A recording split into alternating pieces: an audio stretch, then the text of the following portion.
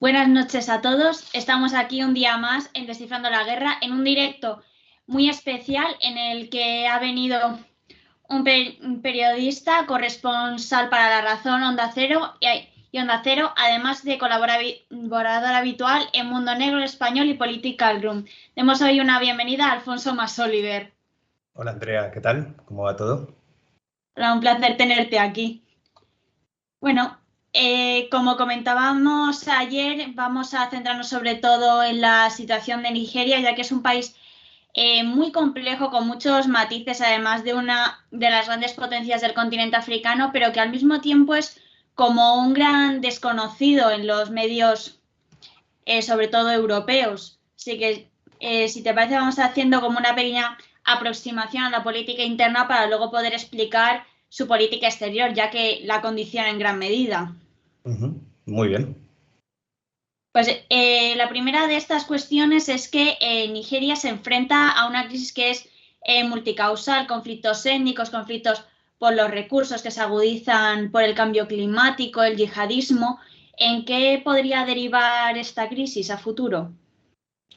Bueno, nosotros tenemos en Nigeria actualmente una serie de circunstancias de violencia, ¿no? Por así decirlo, de criminalidad, pero que tienen, por supuesto, una base, ¿no? Cuando nosotros buscamos esa base, generalmente podemos encontrar, exceptuando la violencia yihadista, con Boko Haram en el norte, tenemos las peleas entre ganaderos y agricultores, ¿no? Teniendo en cuenta que los ganaderos son generalmente de etnia fulani, mientras que los agricultores corresponden a otras etnias. Eso es una base de violencia provocada por el cambio climático, es decir, tribus, comunidades de ganaderos que descienden al sur en busca de nuevos pastos, pero motivados a su vez por una raíz histórica. Es decir, esta no es la primera vez que los fulani bajan al sur. Nosotros miramos a las yihad fulani del siglo XVIII, del siglo XIX, y podemos encontrar que ya hubo grandes movimientos de poblaciones fulani hacia el sur en busca de pastos. ¿Qué es lo que pasa? Que esta vez se han encontrado con una cosa que se llama contrato, con una cosa que se llama propiedad, con una cosa que se llama capitalismo, que no casa con aquello que ellos esperaban cuando fueron hacia ahí. Esto ha provocado una serie de luchas en la que la violencia está por ambas partes. Sí que es verdad que la violencia es más virulenta por parte de los fulani, también porque tienen mejor armamento.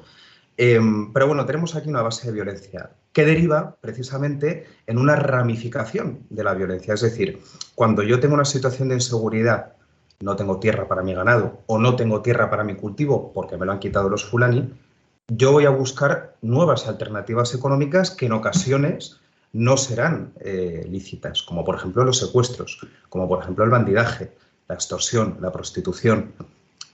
Aquí ya empezamos a integrar nuevas comunidades aparte de los fulani. Es verdad que los secuestros, generalmente los que mandan, vamos a decir, son fulani, pero los informadores, los encargados de efectuar el secuestro, de vigilar a los secuestrados, pueden pertenecer a otras etnias, ¿no? Entonces tenemos una ramificación de la violencia.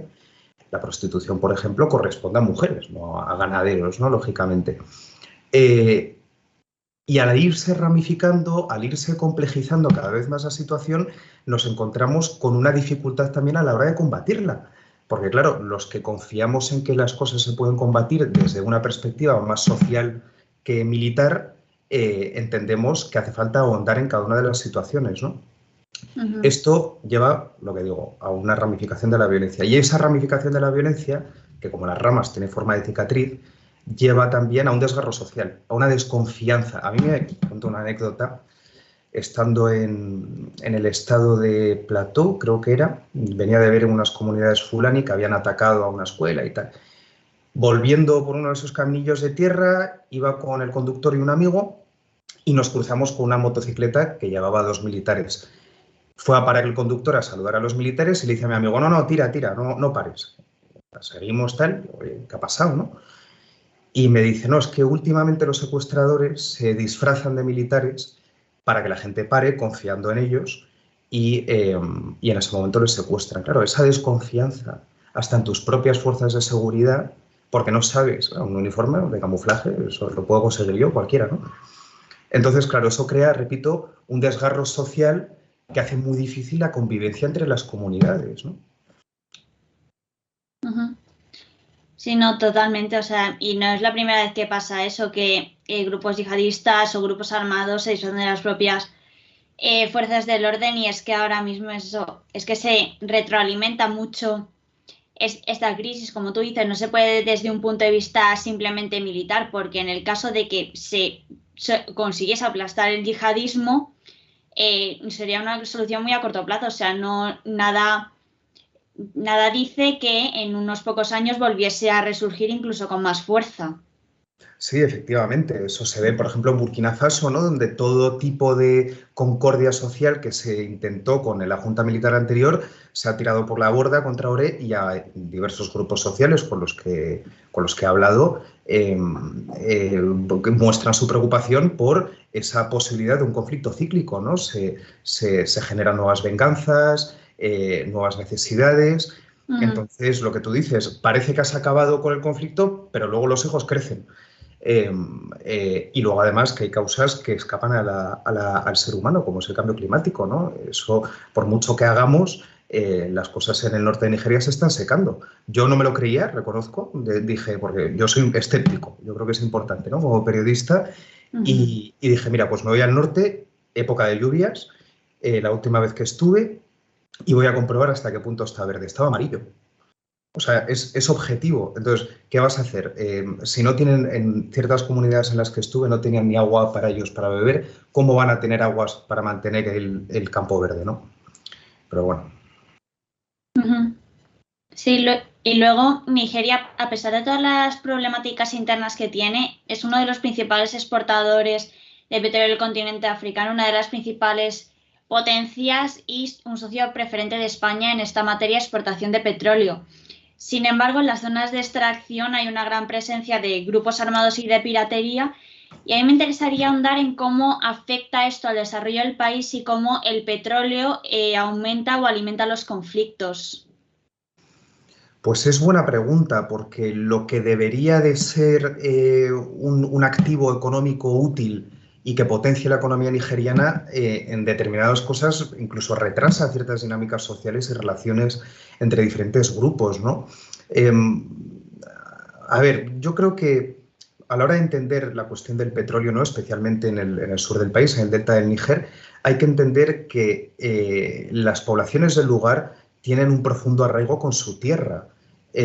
La tierra es, no estoy hablando como los indios, ¿no?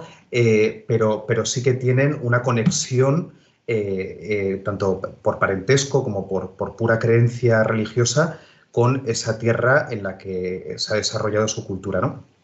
Entonces, a la hora de llegar, me da igual que sea una petrolera, que sea una minera, y me da igual que sea en Mali, me da igual que sea en Nigeria, tiene que haber una conversación entre los jefes de la zona, los dueños de la tierra, dueños legítimos, y la compañía que viene aquí a extraer.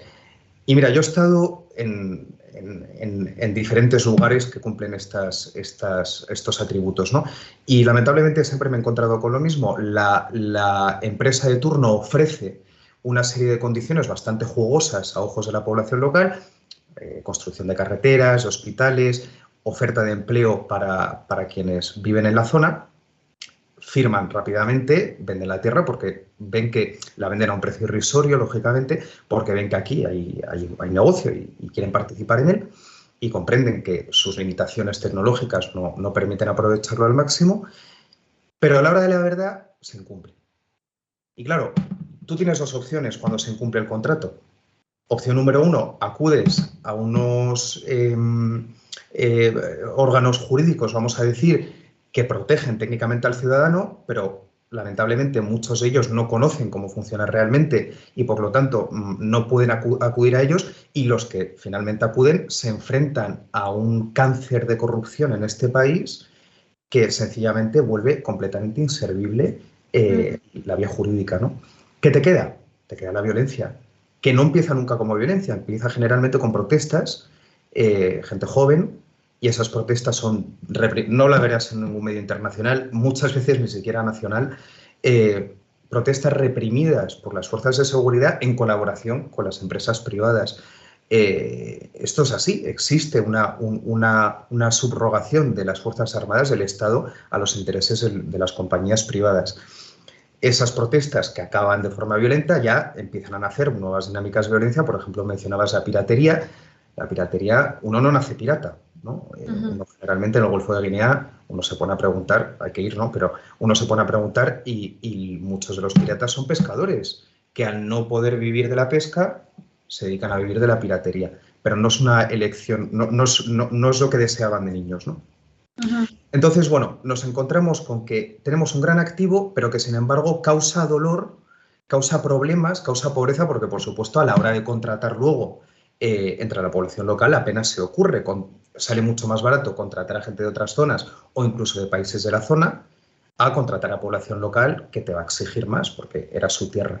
Esto genera en estas sociedades, a veces, no, gracias a Dios no siempre, pero a veces genera actitudes más de xenofobia, claro, de rechazo hacia el extranjero, de rechazo hacia el que viene aquí a robarme al final el trabajo.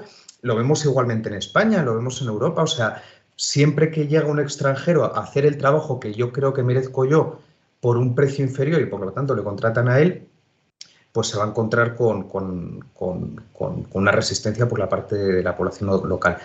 Y luego hay que añadir también, yo creo que es importante, que Nigeria confía quizá un poco demasiado en el petróleo.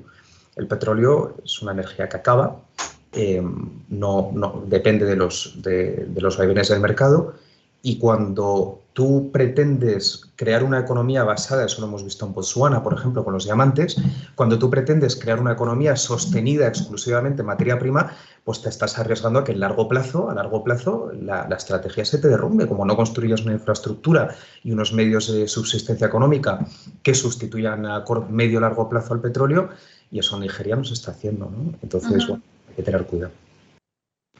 Sí, no, totalmente. Voy a parar un momento para agradecer las suscripciones que están llegando. Ya sabéis que no dependemos de ni gobiernos, ni instituciones, ni de partidos políticos. Todo nos sostenemos a base de las donaciones de los suscriptores para seguir pudiendo hablar de temas que no suelen salir en los medios tradicionales y también desde un punto de vista lo más neutral posible, sin atender a que nadie nos diga cómo ni de qué tenemos que hablar. Podéis suscribiros aquí directamente en Twitch, que muchas veces, hasta que no lo comentamos, no se ve, que es que con Prime te sale gratis.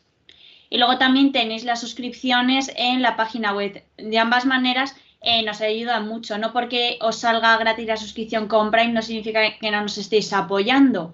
Y esta ayuda realmente es muy importante para nosotros para seguir manteniendo el ritmo de directos diarios, de la variedad de temáticas y de seguir trayendo invitados.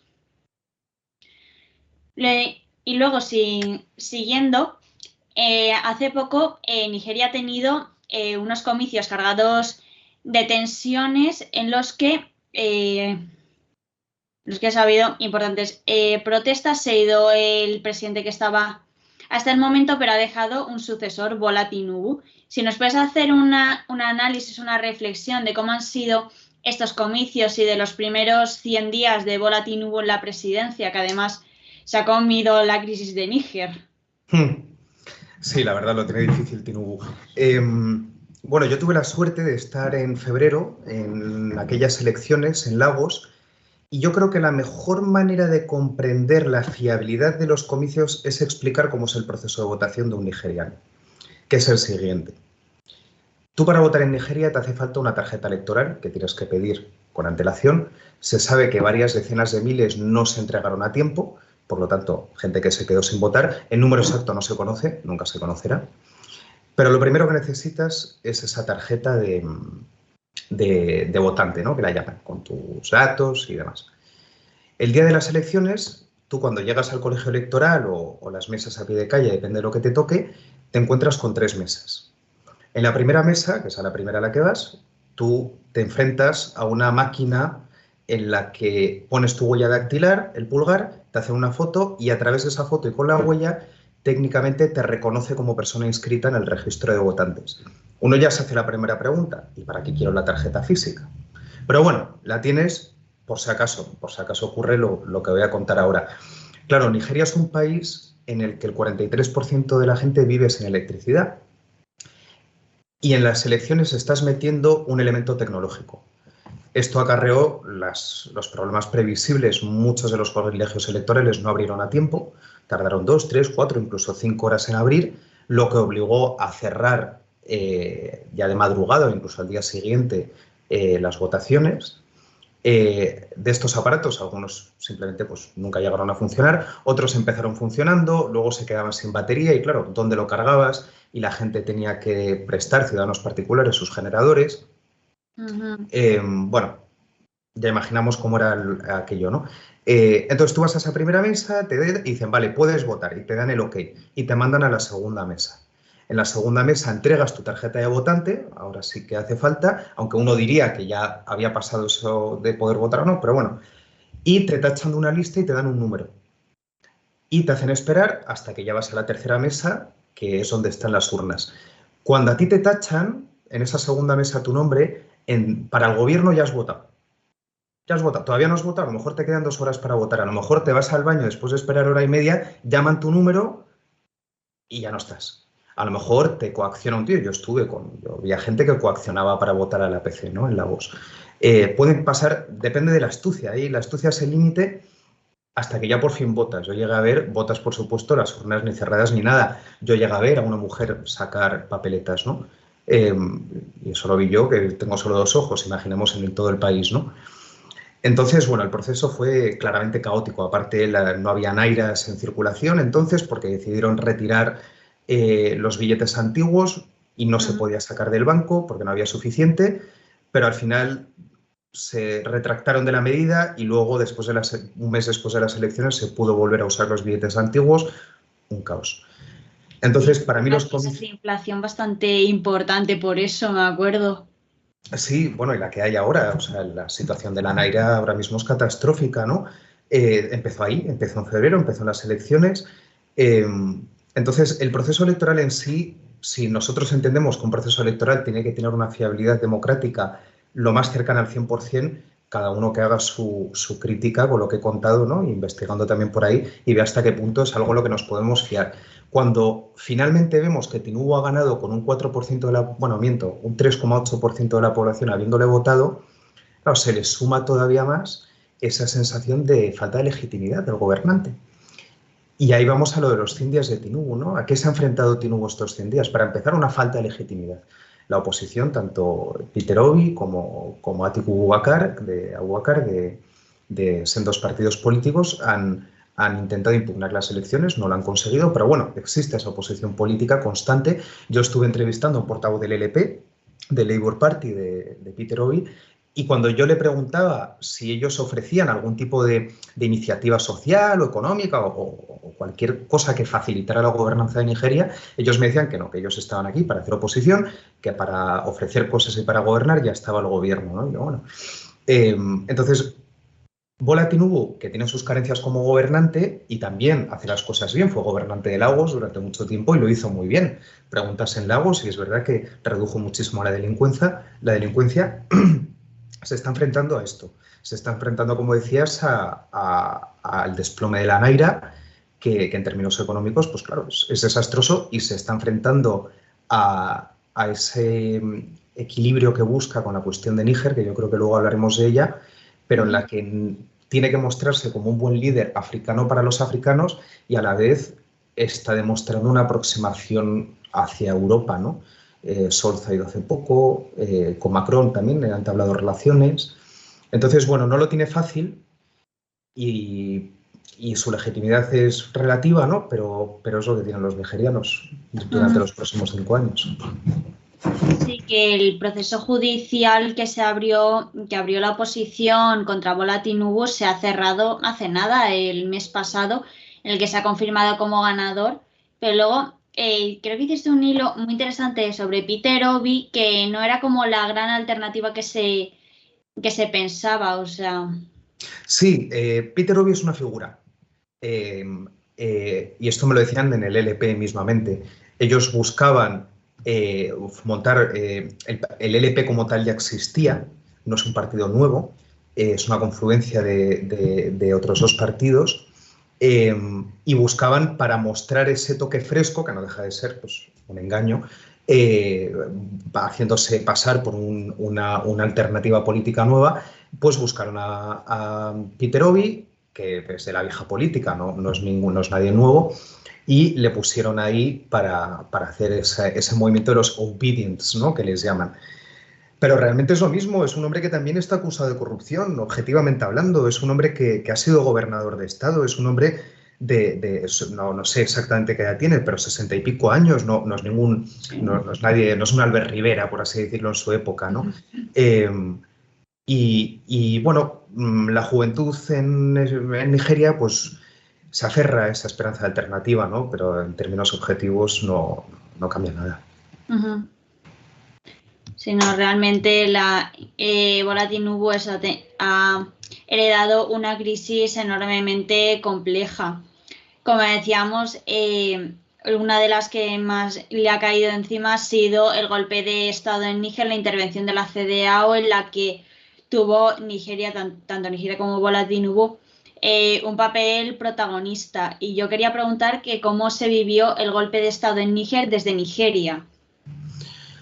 Pues así a bote pronto se vivió un poco como nosotros habremos podido vivir en España las protestas que hubo en Francia hace pocos meses, ¿no? Es decir, es un hecho que ocurre en un país vecino y por lo tanto te afecta en cierta medida. Por supuesto que genera conversación, ¿no?, en los cafés y en las familias, pero no deja de ser algo externo. Eso en un comienzo, ¿no? Sobre todo porque Nigeria, al no ser un país francófono o excolonia francesa, no se ve vinculada a esa sensación de rebeldía en contra del neocolonialismo parisino que puede conectar, sin embargo, por ejemplo, con Senegal y con Sonko y demás, ¿no? ¿Qué es lo que pasa? Que en el momento en el que se abre esa posibilidad de una intervención militar, liderada por Nigeria, primero porque tiene el mayor ejército de la región, dos, porque en ese momento Bola Tinubu mantenía la presidencia de la CEDEAO, en ese momento ya sí que se transforma en algo interno. Ahí ya sí que se transforma en algo que afecta directamente a Nigeria, como es una guerra con otro país. Y aquí yo lo hablaba con la gente y la gente no estaba a favor de ello. Para empezar, porque el cariño que tienen a sus gobiernos es relativo. Entonces, que den un golpe de Estado tampoco les parece lo peor del mundo. Eso me lo explicaba muy bien un periodista marfileño, amigo mío. Me decía, los golpes de Estado aquí nacen de una tradición, ¿no? La tradición al final es sencilla.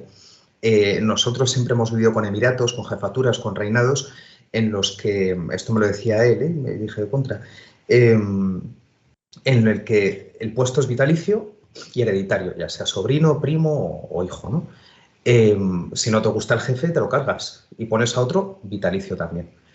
Vosotros nos habéis traído, me dijo él, vosotros nos habéis traído vuestros sistemas de democracia occidentales cada 4 años, que no da tiempo a hacer nada, y nosotros respondemos, cuando echamos a un sistema de ese estilo, poniendo una dictadura, pero no porque seamos una sociedad militarizada o porque nos gusten los uniformes, sino porque es la solución más cercana que vemos a cómo pensamos, ¿no? Entonces, cuando el nigeriano, ve que va a haber un posible ataque a esa nación vecina, dice, joder, es que estamos cayendo en las dinámicas del pasado en la que estamos atacando a un hermano africano por orden de un europeo, que en este caso es Emmanuel Macron, y así se percibe ahí. Claro, el africano tiene muy claro, todos los africanos, incluyendo al nigeriano, que ya no sirven a Europa. Entonces, en el momento en el que se sabe que un ataque a Níger corresponde a unos intereses abanderados por Europa, pues claro, ahí ya la gente se posiciona con mucha más fuerza y lo rechaza, ¿no? Y había un rechazo absoluto. Y a eso le sumas también la proximidad cultural y social entre las poblaciones del norte de Nigeria y del sur de Níger, ¿no? Que por supuesto que no tienen ningún interés en enfrentarse literalmente con sus hermanos y suegros y primos, ¿no? Sí que es verdad que Bola Tinubu, al tener esa falta de legitimidad, podía haberse empujado de alguna manera la intervención para no ser él el siguiente, ¿no?, al que le ocurra un golpe de Estado, y eso se hablaba, ¿no? Bueno, es que claro, es que si no intercedemos ya, a ver cuándo acaba esta sangría de golpes. Pero claro, aquí nos encontramos con una paradoja. Si el pueblo no está de acuerdo, y que el pueblo no esté de acuerdo es muy importante en un país africano, pues a lo mejor aceleras ese posible golpe, ¿no? Porque el pueblo al final, y yo creo que esto es importante, nosotros lo hemos visto ahora con las manifestaciones pro Palestina, en contra de la amnistía, bueno, hay miles de manifestaciones que hay siempre y realmente cambian poca cosa, ¿no? En cambio, cuando la gente sale a la calle, cuando la masa popular africana, eso se ve muy bien en Burkina Faso, por ejemplo, sale a la calle, realmente tienen poder. Cuando hay un golpe de Estado, si el pueblo lo apoya, va a triunfar. Si el pueblo no lo apoya, no va a triunfar. Y cuando, entonces los gobernantes en Nigeria también tienen que tener muy en cuenta los límites de la población. Yo puedo abusar de ellos, puedo ser corrupto, puedo tal, pero yo sé que hay un límite que no puedo cruzar y ese límite, en este caso, es atacar a otra nación hermana, ¿no?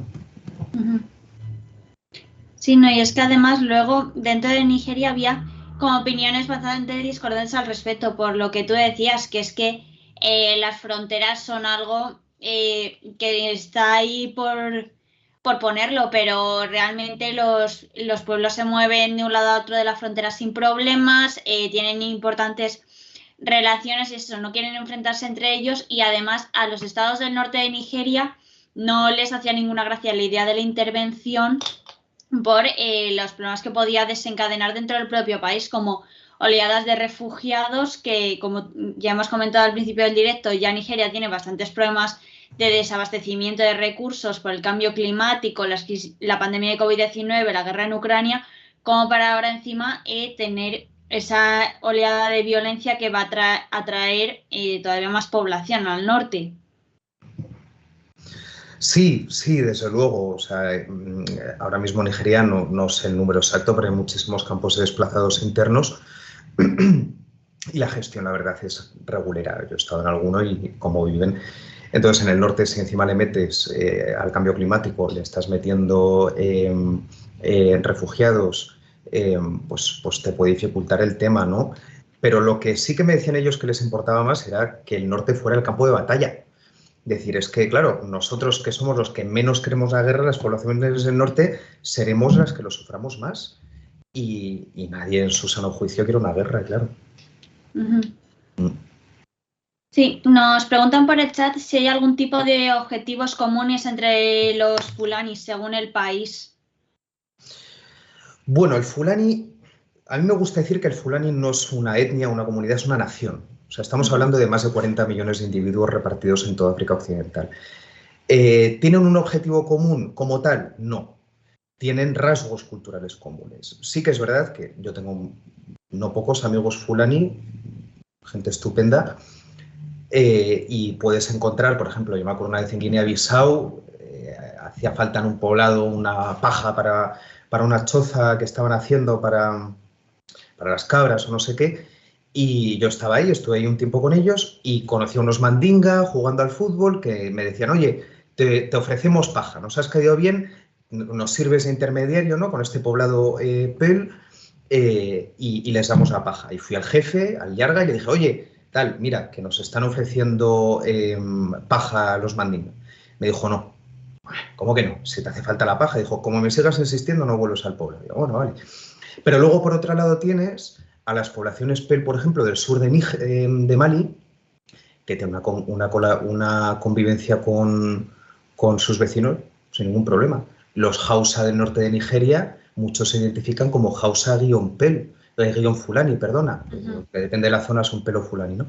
Hausa-Fulani, y están absolutamente emparentados en términos culturales y familiares. No diría que sí que son musulmanes todos y que generalmente no les gusta llevar a sus hijos a los colegios, prefieren educarles en la escuela coránica. Sí que es verdad que está el cliché de que todos son ganaderos, pero no es verdad. Y yo tengo amigos que son agricultores, taxistas, diplomáticos y son fulani, ¿no? Pero yo creo que es un error, de hecho, y con esto acabo este tema, creer que los fulani persiguen un objetivo común porque lleva a la generalización y eso inevitablemente a la estigmatización, ¿no?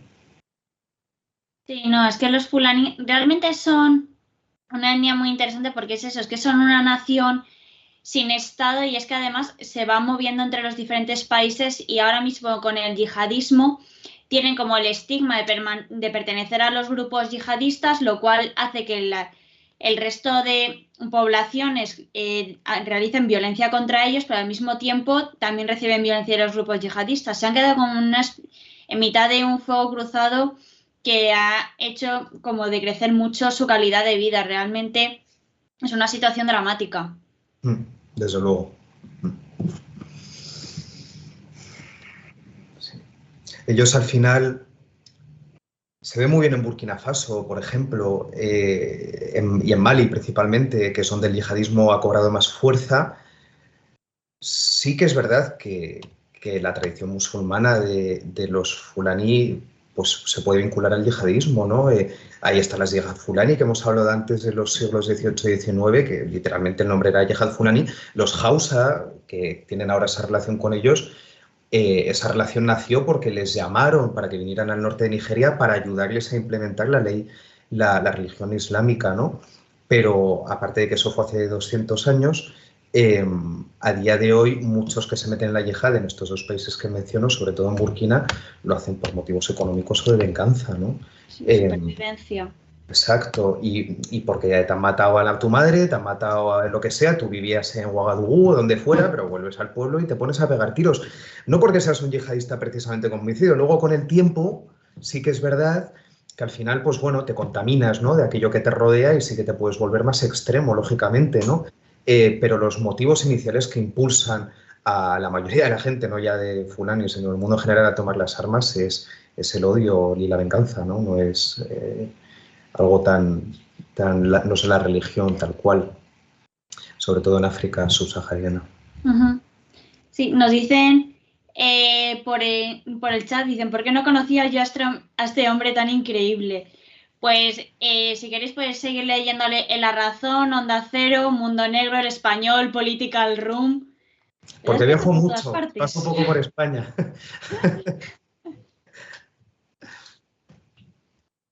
Y luego, también eso, en la cuestión del golpe de Estado en Mali, también quería hablar de las tensiones entre Níger y Nigeria, que en uno de tus artículos lo calificabas como un muro de Berlín en África. ¿Nos puedes explicar o ahondar en esta cuestión? Sí. A ver, las fronteras africanas yo creo que todos sabemos y estamos de acuerdo que se hicieron en unos despachos en Europa, unas líneas, esto es tuyo, esto es mío, ¿no? Y luego con las independencias pues más o menos se respetaron esas líneas. La frontera sigue una serie de atributos, ¿no? Delimita, por así decirlo, delimita lo económico, delimita lo político, ¿no? En este lado gobierna aquí fulano, en este lado gobierna mengano. Hay una serie, ¿no?, de cosas que delimitan la frontera. Lo que no delimita en muchos países africanos, incluyendo la frontera entre Níger y Nigeria, es lo cultural. No existe una frontera cultural, como podría pasar en Europa, ¿no? Tenemos la cultura más italiana y la de Suiza, ¿no?, la cultura francesa y la española. A lo mejor está un poco más difuminada la parte vasca y tal, pero bueno, justo la parte vasca es buena, ¿no? Independientemente del lado de los Pirineos, de la zona vasca, existe, ¿no?, una hermandad cultural mucho más fuerte que puede haber entre otras zonas. Entonces, cuando el africano entiende que el nigeriano entiende que hay una frontera que le obliga a pasar y decirle al guardia, oye, que voy al otro lado y tal, pero siempre y cuando pueda entrar y salir, puede ir al cumpleaños de su primo, puede ir a la boda, al sacrificio de la vaca porque se ha muerto mi abuelo y no sé qué, bueno, pues oye, tampoco nos podemos pelear siempre por todo y enfadarnos por todo, pues bueno, lo respetan. Hay zonas como Azawad o como Togolandia Occidental o Casamance en las que sí que hay problemas por la cuestión de las fronteras, pero en zonas como Nigeria dicen, mira, tampoco nos vamos a pelear por esto. Pero en el momento en el que cerraron la frontera, ahora con la crisis con Níger, se creó también una frontera en la parte cultural, porque yo no podía desarrollar mi cultura en el territorio en el que debería, ¿no? Yo hablaba con un emir y me decía, mira, yo tuve que ir a creo que era una boda o no sé qué, y mandé a 2 chavales, campo a través, a buscarme un camino seguro. Esto un emir, una autoridad, una persona, ¿sabes? No es uno cualquiera. Y le encontraron los chavales, el tío fue a la boda en Níger y ese mismo día volvió, porque tenía que participar en ese evento cultural. Entonces, cuando yo hablo del muro de Berlín, me refiero a eso. Me refiero a que estás si ya los europeos hicimos una serie de líneas que no deberíamos haber hecho, que el gobernante africano sea ahora el que añade una nueva densidad a esa frontera en el ámbito cultural, que es fundamental que se desarrolle libremente, pues puedes tener nuevos problemas, nuevas quejas. Pues se comentaba, ¿no? Es que los Hausa deberíamos estar unidos, no es un movimiento independentista ni nada exagerado, pero sí que son conversaciones que van naciendo y que, sinceramente, a una nación como Nigeria no le ayudan, ¿no? No, es que Nigeria, ya lo comentábamos en el momento de las elecciones, que nos preguntaban mucho cómo se dividía étnicamente o culturalmente, por si era en plan, por ejemplo, en el caso de Mali, de norte-sur, o Casamance y Senegal, es como no, es que es por todas partes. O sea, es norte-sur, es este-oeste, o sea, es un país enormemente diverso y que eso, ahora las fronteras no ayudan nada y lo que decíamos, que es que las fronteras es que están dibujadas en un mapa, pero no sirven para mucho más, incluso eso, en términos ganaderos pasan de un lado a otro, que está siendo otro de los grandes problemas Fulani, que con la agricultura no pueden ir a sus campos de pastoreo tradicionales o normales, lo cual hace aumentar la tensión y que eso no pueden desarrollar sus vidas normalmente porque les ha caído encima una imposición que vino desde Occidente. Exacto, exactamente. Y bueno, que lo mantengan también se puede entender, ¿no? Porque cuando ocurrieron las descolonizaciones, pues por algo había que empezar, ¿no? Y tenía que haber alguna delimitación territorial de algún tipo, con sus más y sus menos, ¿no? Ahí tenemos Sudán del Sur, Eritrea. Pero siempre, y esto es muy importante, yo creo, siempre hay que saber flexibilizar los sistemas que han tenido que tomar un poco porque no tenían otra, y adaptarlos a la realidad sobre el terreno, ¿no? Porque, claro, nosotros en Europa, en España, hemos creado las fronteras a sangre, fuego y política matrimonial, a fuerza de voluntad, ¿no? Como quien dice, aquí no. Aquí nadie ha escogido una frontera. A mí siempre pongo el mismo ejemplo con Azawad, ¿no? Claro, es que un tuareg, aunque haya comunidades negras en el norte, pero un tuareg ¿se va a sentir mucho más identificado? No, vamos a hablar de Nigeria. Un Hausa, hijo de Hausas, de tradición musulmana y ganadera, se va a sentir mucho más identificado con un Hausa, hijo de Hausas, musulmán y de tradición ganadera del sur de Níger, que con un Igbo del sur de Nigeria, electricista y cristiano o animista. La identificación es que no es la misma. Y tú, para crear un sentimiento de nación, te hace falta esa identificación, ¿no? Y eso, bueno, es una de las muchas pruebas que tienen que superar muchos estados africanos, claro. Sí, es que es una cuestión muy llamativa porque es que, como tú dices, desde la descolonización, eso por algo había que empezar con los estados recién creados. Además, también es entendible que con la herida tan abierta del colonialismo, los países se aferrasen muchísimo a la idea de soberanía de este territorio es mío, no me mueve nadie, que además como que no querían abrir la caja de Pandora de tener que reorganizarse todos a la vez. Y luego es que ese es el punto, han sido fronteras artificiales venidas desde Occidente, modelos estatales occidentales que no encajan en las características africanas, porque el modelo europeo de estados ha tardado años, o sea, bueno, siglos en gestionarse, y no nos preguntes demasiado cómo lo hicimos. En Turquía y Grecia se pudo ver claramente cómo hicieron musulmanes hacia Turquía, cristianos hacia Grecia, y bueno, unos movimientos de desplazamientos forzosos de población tremendos. Así que ahora mismo los estados africanos tienen un estado que no representa sus características o sus necesidades, y eso crea muchísimas tensiones. Y en Nigeria, un estado tan multiétnico y además tan enormemente poblado, es una tensión extra. Mira, yo te voy a poner un ejemplo, porque no es necesariamente una cuestión de tamaño. O sea, muchas veces sí, ¿no? En Mali, Sudán, Nigeria, son países descomunales, ¿no? Pero Ghana, por ejemplo, que es más pequeño, Ghana tiene, esto es un movimiento independentista poco conocido, yo intento hablar de él siempre que puedo, porque me llevo muy bien con el líder de su parte más pacífica, y es un tema bastante interesante y, lo que digo, poco conocido, ¿no? Antes de la Primera Guerra Mundial, Togolandia, actual parte del actual Togo, era alemana. Ujú. Y cuando ocurrió la guerra, se dividió en dos. Una para Francia y otra para Inglaterra. La parte que se llevó Reino Unido se integró en términos administrativos en la colonia de la Costa de Oro, que es lo que hoy conocemos como Ghana, y la parte francesa se acabó independizando con lo que hoy conocemos como Togo. Bien, la parte inglesa, claro, Ghana fue el primer país en independizarse. Entonces, cuando llegó el momento de la independencia, objetivamente hablando, se conocía que la parte que se había llevado a Inglaterra de Togo no pertenecía a Ghana y por lo tanto se hizo un referéndum. Y en el referéndum les hicieron elegir. O se integraban en la colonia de Togo, que por entonces era colonia y que no se sabía si se iba a independizar alguna vez y cuándo, o se anexionaba a la futura Ghana y pertenecía a Ghana. ¿Qué votaría una persona cuerda en esa situación? Pues votaron a anexionarse a Ghana. Imagínate el susto que se llevaron cuando pocos años después se independiza Togo. Pero ya no había marcha atrás porque ya se había votado y ahora existe un movimiento independentista ahí. Y bueno, pues no consiguen nada, pero ahí vemos un poco cómo la propia necesidad en muchas ocasiones dibujó las fronteras poscoloniales, ¿no? Uh-huh. Pues esa no la sabía, del movimiento independentista en Ghana no sabía. Togolandia Occidental, sí, es muy poco conocido porque es muy pequeño, lo que te digo, no es necesariamente una cuestión de tamaño, aunque suele afectar, pero bueno, y de hecho tienen razón, o sea, objetivamente hablando la ONU les ha dado la razón, pero claro, del dicho al hecho hay un trecho. Sí, luego eso, también quería preguntar, porque ya nos han preguntado en el chat que si todavía hay posibilidad de la intervención de la CEDEAO en Níger. O sea, yo la veo ya bastante remota.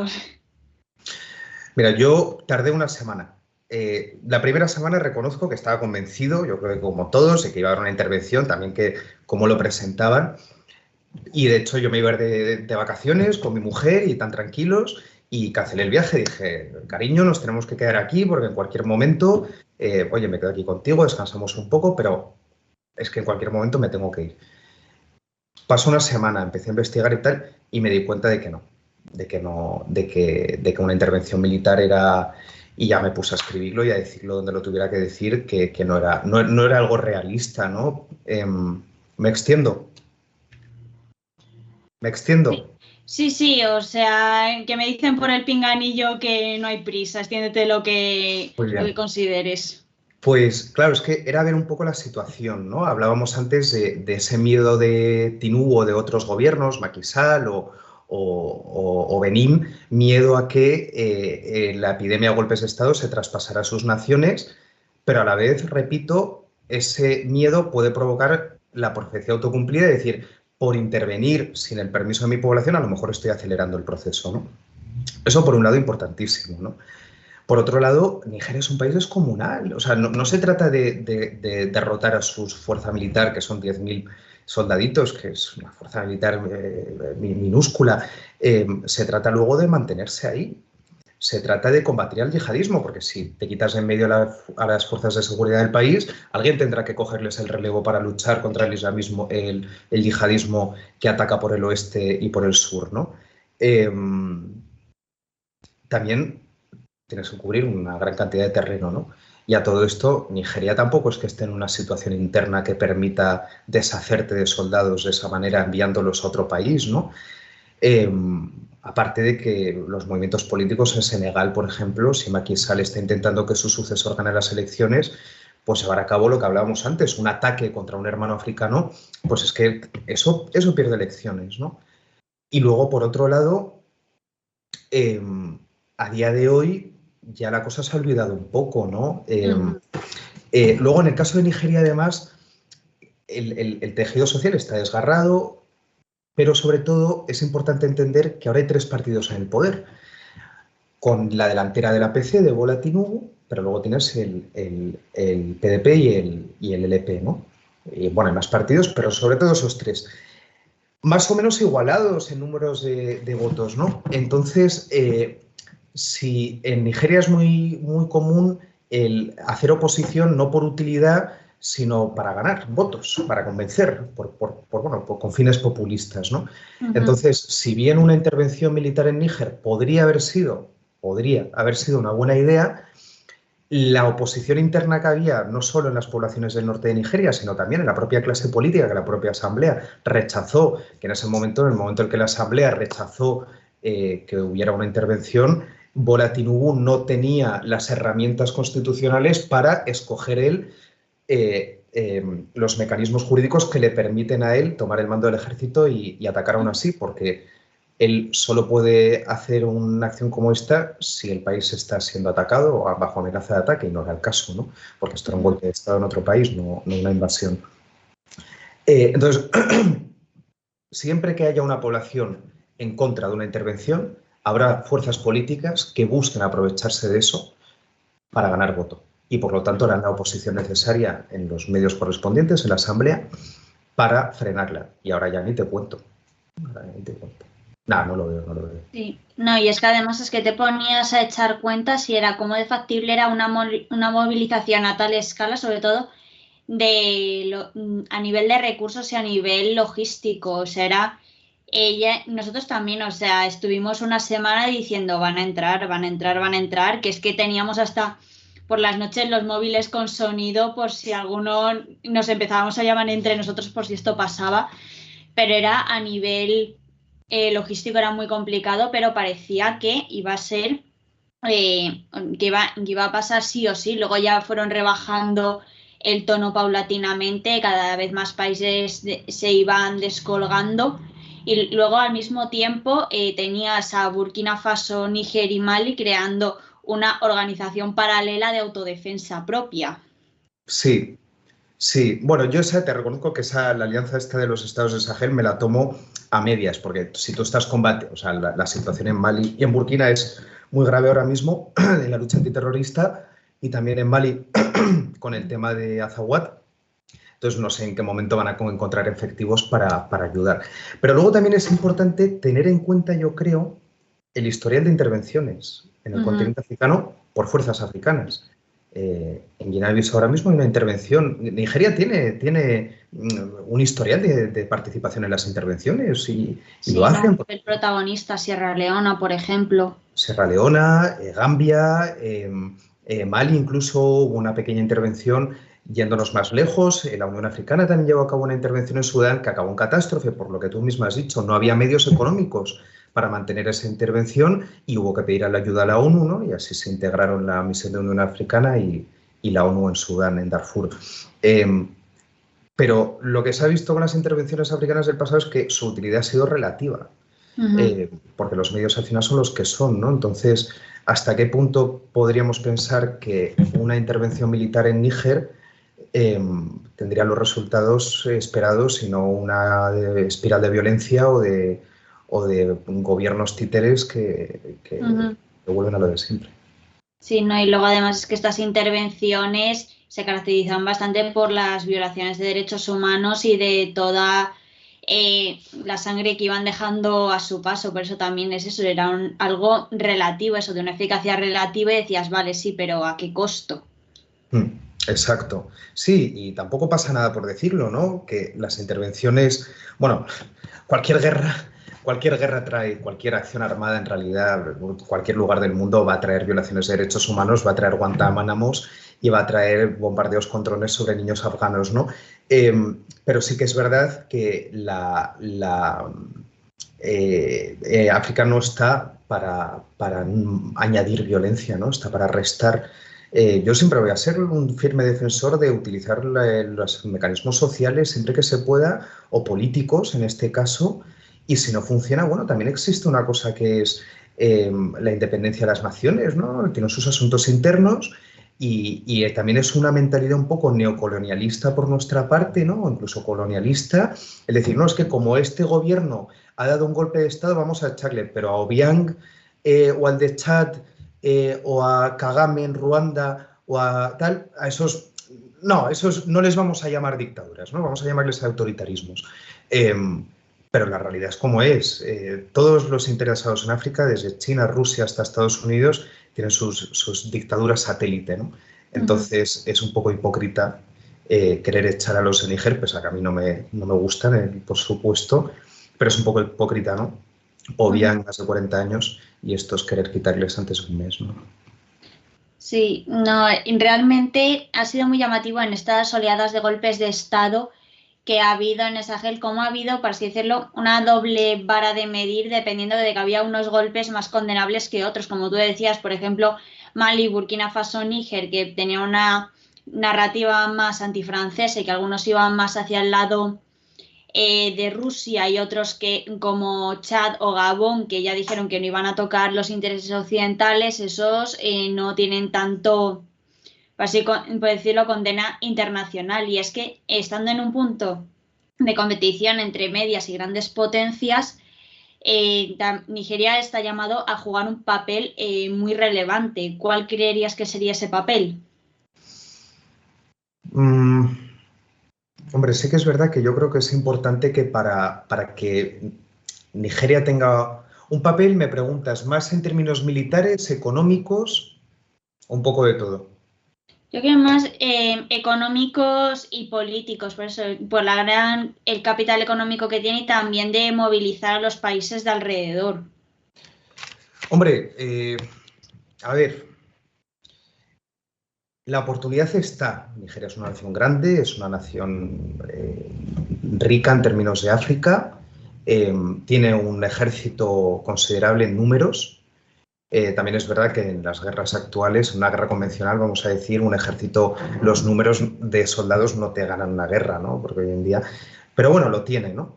Y tiene una riqueza cultural excepcional que potencia mucho, la verdad, y tiene mucho recorrido con eso. Ahora bien, hablábamos antes de la oposición interna, hablábamos del desgarro del tejido social, hablamos de, bueno, en definitiva, los problemas internos de Nigeria. Hay que ver hasta qué punto es, uno, fiable y dos, responsable depositar en manos de una nación con tantos problemas internos el futuro de los países que lo rodean. Porque claro, si no te sabes gobernar en tu propia casa, yo la verdad no me fío de ti a la hora de dejarte las riendas de ningún tipo de iniciativa de intervención o lo que sea, ¿no? Bueno, ahora mismo lo que hablábamos antes, sí que existe una tradición por parte de Nigeria en participar en misiones no africanas, pero yo creo que les queda, o sea, el tema de derechos humanos, a mí me chocó mucho esta última vez que estuve en los campos de refugiados, ¿no? De desplazados internos, perdona, que eran personas que habían sido expulsadas de sus comunidades por los pastores PEL. Algunos hacía 10 años. O sea, ¿cómo puede ser que en un país hayan venido armados a echar a gente de su pueblo, un grupo de, me da igual que sean fulani como si son asturianos, y todavía siguen los desplazados en un contexto que realmente no es un contexto de guerra, como es Sudán, por ejemplo, ¿no? Y siguen sin poder regresar a sus casas? ¿Dónde está la gobernanza en ese caso, ¿no? Yo llegué a estar en un campo, te voy a decir la ciudad, creo que fue Makurdi, sí, en Makurdi, en el estado de Benue, en el que los fulani habían llegado a atacar hasta en 2 ocasiones el campamento de refugiados y todavía a día de hoy no hay seguridad en esos campamentos. Entonces dices, ¿cómo voy a poder confiar, cómo voy a poder dar la enorme responsabilidad de convertirse en un líder regional? Yo, sinceramente, confío mucho más en Costa de Marfil, por ejemplo, a Nigeria. Teniendo en Costa de Marfil lo que te digo, que es un país que ha crecido muchísimo el PIB, todavía tiene pruebas, ¿no? Y cosas que mejorar. Y Ouattara, bueno, tiene sus cosas, como todo el mundo, pero desde luego que es una nación que está demostrando un crecimiento y una cohesión social delicada, porque el norte y el sur en Costa de Marfil tienen sus roces y sus cosas, pero bueno, que se mantiene infinitamente mejor, pese a haber estado en guerra, ¿no? En el pasado, que en el caso de Nigeria, ¿no? Sí. Y yo creo que eso, perdona, yo creo que eso es una de las razones de por qué no funcionó tampoco esa posible intervención, porque quien la abanderaba no era la nación adecuada tampoco. Sí, totalmente. Nos preguntan por el chat una cosa muy interesante. Dicen, ¿qué mecanismos sociales que citabas pueden moverse en estos países para cambiar las situaciones? Pues mira, muy buena pregunta. Y pongo de ejemplo, de hecho, Costa de Marfil. En Costa de Marfil han atacado a los yihadistas 3 veces. Los años se me han olvidado, menos mal que existen las libretas, pero 2019-2021, ¿vale? O sea, hace años ya del último ataque de 3 que ha habido. 2 de ellos fueron en la misma localidad. Creo que fue de finales de 2019, no, verano de 2019, marzo del 20 o por ahí. No ha habido más ataques.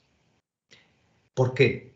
Porque, para empezar, no se ha utilizado, bueno, sí que se ha utilizado la fuerza en el sentido de que ahora hay un destacamento militar en este pueblo y a las poblaciones fulanis sí que es verdad que las han trasladado lejos de la frontera para evitar ciertos, pues bueno, peleas étnicas, ¿no? Pero aparte, ¿qué han hecho? Ellos han sabido identificar que una base de las motivaciones que impulsan a los chavales, porque son chavales que se meten en el yihadismo, es lo económico. Entonces han dicho, vale, pues para empezar dan subvenciones a los jóvenes en este pueblo de Costa de Marfil.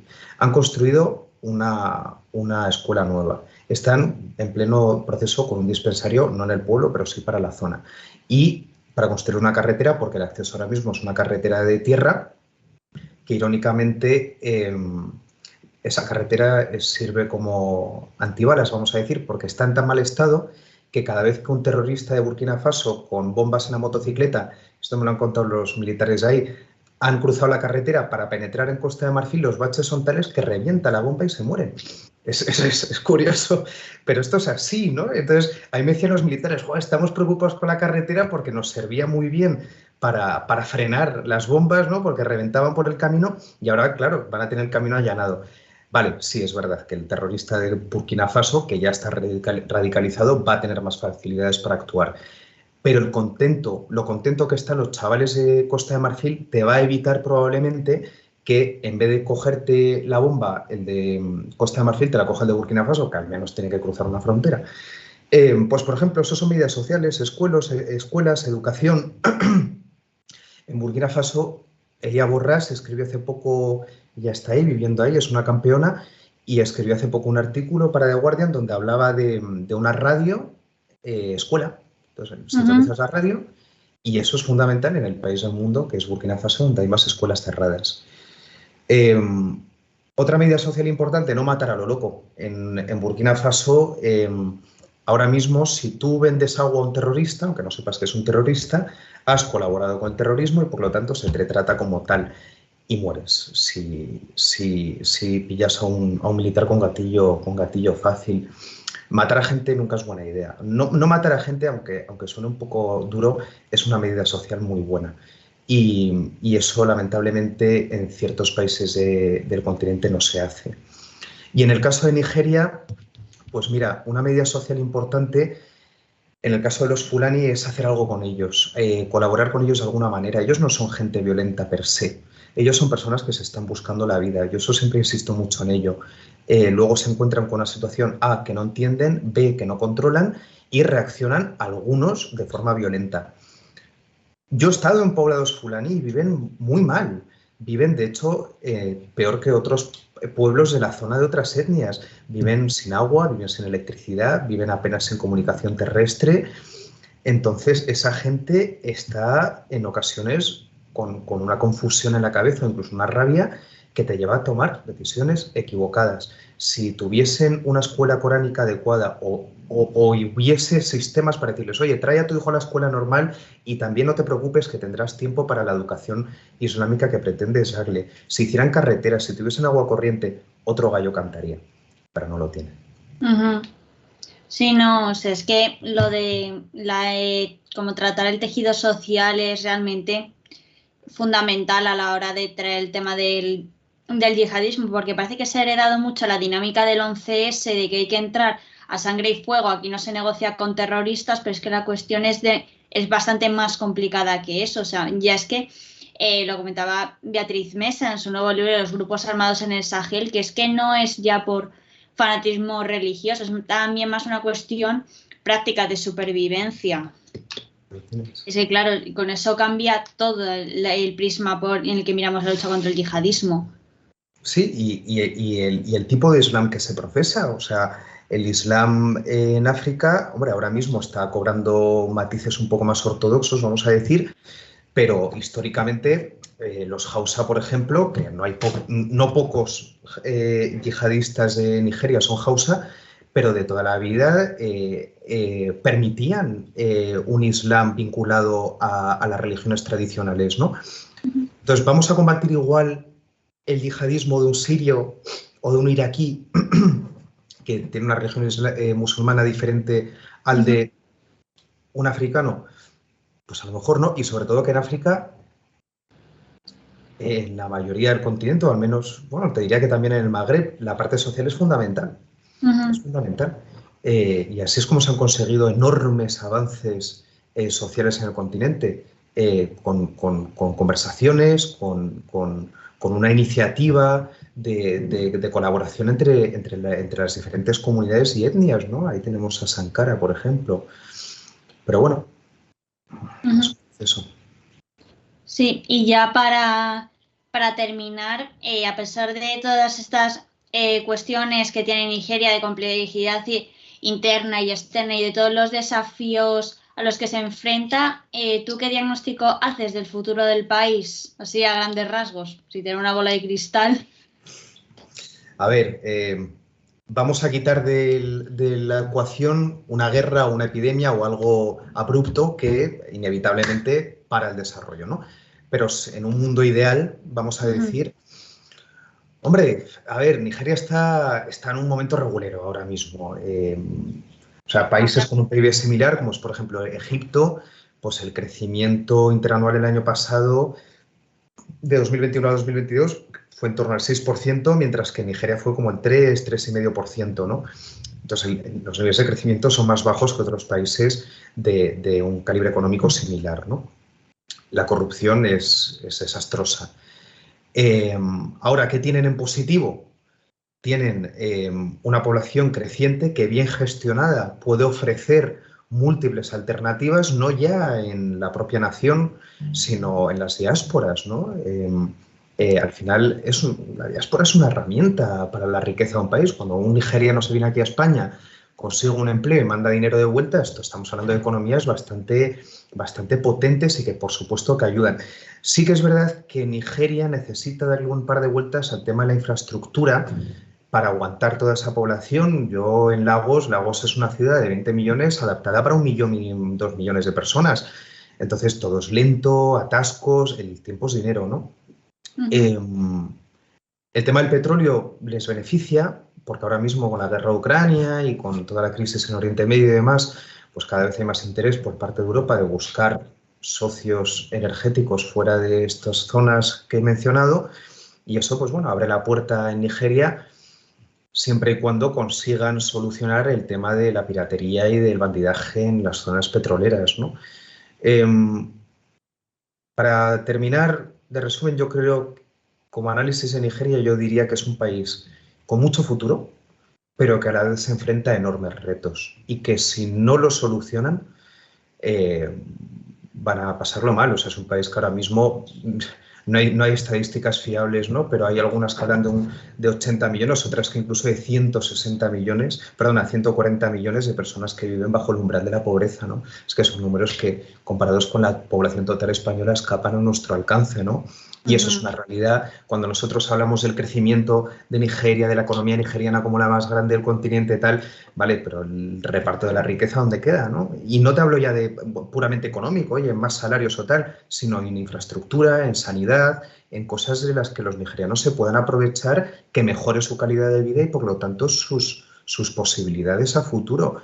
Y eso, pues, objetivamente hablando, viendo la crisis de la NAIR, etc., y la mala gobernanza que hay, no está ocurriendo. Y me da pena decirlo, porque me gustaría ser más positivo, ¿no? Me hablas de Costa de Marfil, pues ahí sería más positivo, ¿no? Pero Nigeria, a mí personalmente, viendo refugiados de 10 años a miles, no es difícil.